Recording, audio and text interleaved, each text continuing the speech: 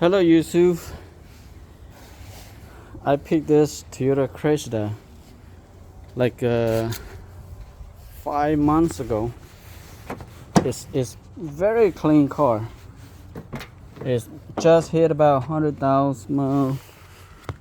When I got it, it's 110. So I put 5,000 miles right now and 115. So the first couple months I got it is very solid, right?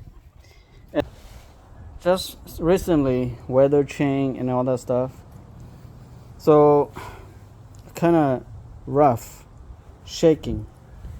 So I thought that would be maybe spark plug and wire, right? So I did the spark plug and the wire and the cap and rotor. I still doing the same thing, and I thought that would be the coil. I repaired the coil because it's not that much. The most expensive is the wire, because engine what's that? Engine K, I think. Yeah, Engine K product. So come up to like $90 something from Amazon, and still do the same thing. And the other day, I will test the injector. So cylinder number 3 is not working on the injector. So I ordered the injector, 6 of them, come up to like I think $70. Not bad from Amazon. It's non-brand, but looks the same as the OEM. And the injector number 3 is dead, and I tested, it's nothing working on the injector number 3. So that's what causing that. Now this is old car. It have the obd1.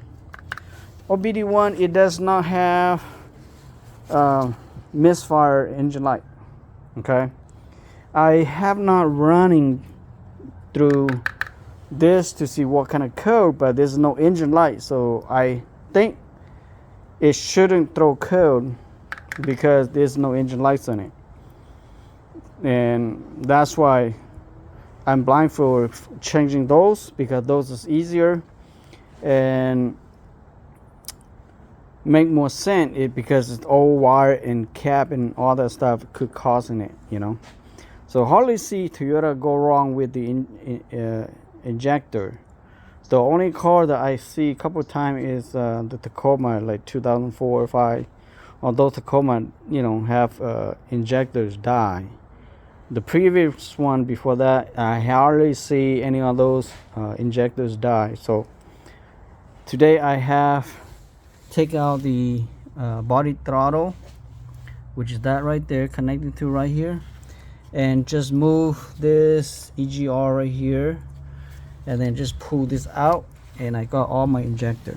Okay, here the obd1, I don't think a lot of people have obd1 car. The only people who carry obd1 is the Toyota Supra that have this engine. This the 7M GE engine.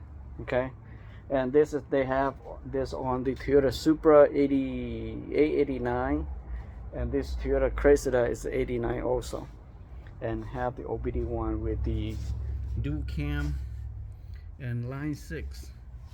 And the previous one is the V6 with the 3.0, but I think the V6 is less power and worse engine than this line 6 right here.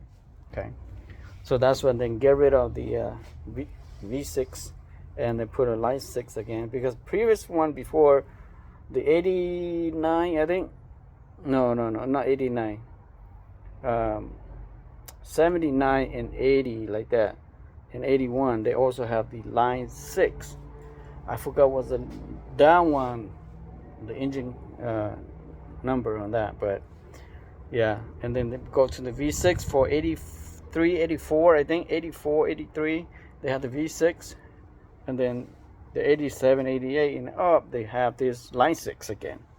So I'm not sure. That time I'm not a mechanic yet, so I see people have problem with those V6, and I don't have a chance to fix those car. and I hardly have anybody that have that car. And this is the second car that I working on it. One of the people that I know have another car just like this, and I work on the head gasket on that one, and ever since, like for 2 years I haven't seen him, so he probably get rid of that car or probably still have it and never have problem again. I'm not sure, so haven't seen him for 2 years. Maybe I didn't do a good job, I'm not sure. Okay, normally people who bring car here, they always bring it back. So yeah, today I just want that obd1 car. It does not throw in code for misfire, and there's no engine light. Okay, even though I took out the injector out and running without injector in there is no engine light, so that's why when I test the injector number 3 is totally dead on that. So that's why I